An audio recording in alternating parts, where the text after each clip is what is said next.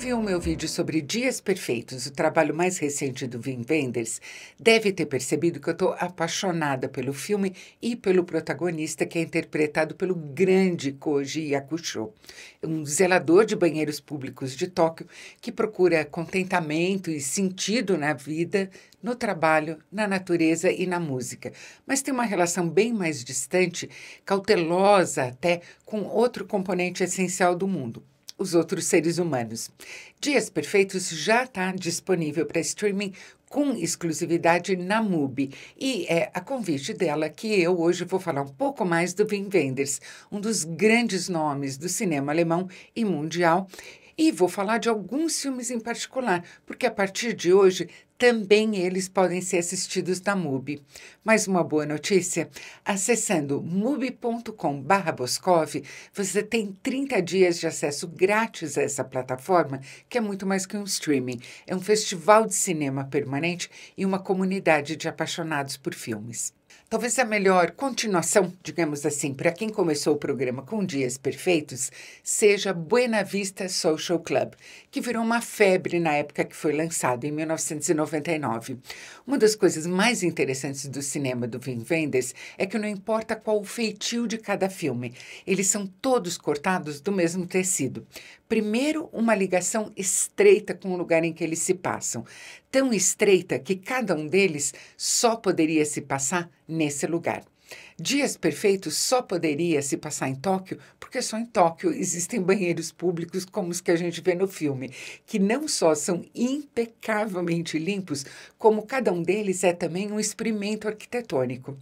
E porque o protagonista é uma pessoa profundamente japonesa nos princípios e nas atitudes. Aliás, Dias Perfeitos inicialmente ia ser um documentário, e embora ele tenha virado um filme de ficção, ele guarda muito desse aspecto documental.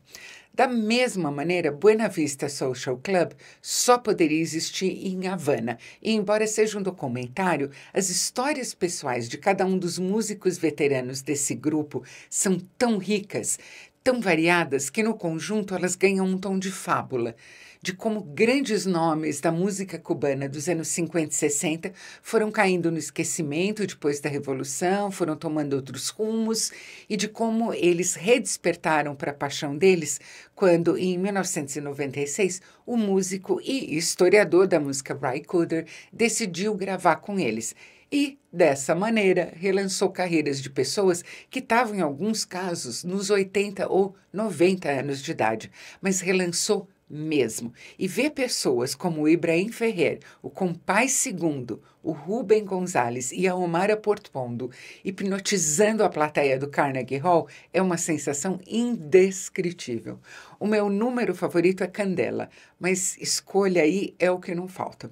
E não existe maneira melhor de entender a sensibilidade específica do Wim Wenders para lugares e para pessoas do que com Tokyo Ga, outro título que a partir de hoje está disponível na MUBI. É difícil definir Tokyo Ga, mas vamos lá, por aproximação, digamos que é um documentário meditativo, mais geográfico do que biográfico, baseado na memória, em que o personagem central, o cineasta Yasujiro Ozu, está ausente, embora a presença dele domine tudo. Tokyo Ga é de 1985 e o Ozu morreu em 1963. Aliás, uma das cenas mais lindas do filme é aquela em que o Wenders visita o túmulo do Ozu, em que na lápide tem só um caractere que significa vazio ou nada. É forte alguém se inscrever sobre algo que fica entre uma declaração e uma indagação. O Wenders ama a obra do Yasujiro Ozu e admira o homem que essa obra deixa transparecer, no que ele está coberto de razão. Eu tenho até inveja, uma invejinha do bem, de quem ainda não viu um filme do Ozu e vai ter essa sensação ao mesmo tempo de deleite e melancolia pela primeira vez. E o que o Wenders faz aqui, nas imagens que ele registrou em uma viagem de 1983, é tentar encontrar a Tóquio do Ozu na Tóquio de algumas décadas depois.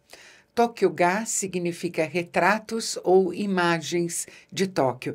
E na montagem final dele, o filme ecoa a cidade ou o organismo, na verdade, do qual o Ozu tirou tanta inspiração e observou tanto a vida que cada um de nós vive em tantos filmes, inclusive o mais célebre deles, que é Conto de Tóquio ou Tokyo Monogatari.